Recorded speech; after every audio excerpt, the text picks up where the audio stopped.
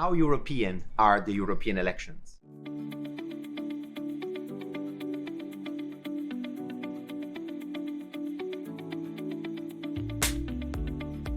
The European Union has been designed for the few, not for the many. Yet today it affects everyone. So how can we change that? If you think about the European elections, they take place on very different dates, depending on where you're based.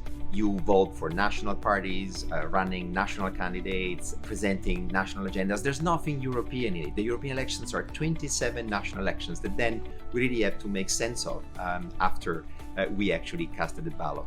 This creates not only necessarily a democratic deficit, but an intelligibility deficit. It means we don't really understand what is the link between our choice, our ballot box, and the political core of the European Commission. This explains why over the years we have tried to Europeanize the vote by basically asking our European political parties to tell us who are your candidates running from all across the European vote. So you know that if you vote for the right, you're going to get the right candidate for the Commission. If you vote for the left, you're going to be having a left candidate for the European Commission. And this is the attempt that has been going on for some time. There's so much uncertainty around the rules of the democratic game, and that's why we are trying, academics, researchers, but also think tanks and citizens who believe that Europe has to be democratized, to come up with ideas that try to make the European Union work a little bit like a nation state, something we're more familiar with.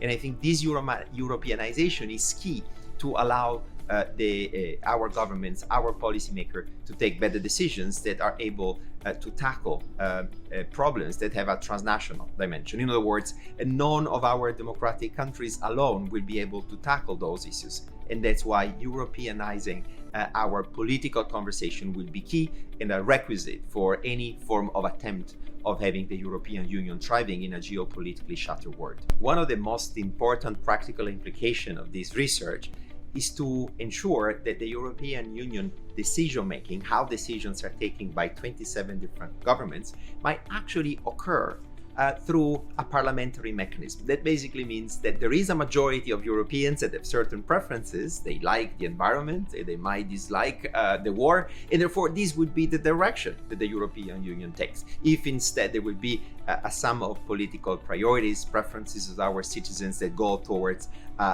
de-greening the economy, or let's say opposing the Green New Deal and going towards different objectives like industrial policy or creating European champions in order to compete with China or with the United States, well, this will be the direction of the European Union. For the time being, this is not happening, but this is, I think, the ideal scenario to make sure that we're going to move together in this European project that remains unique in the world and which continue to be challenged more and more by many other regions across the globe.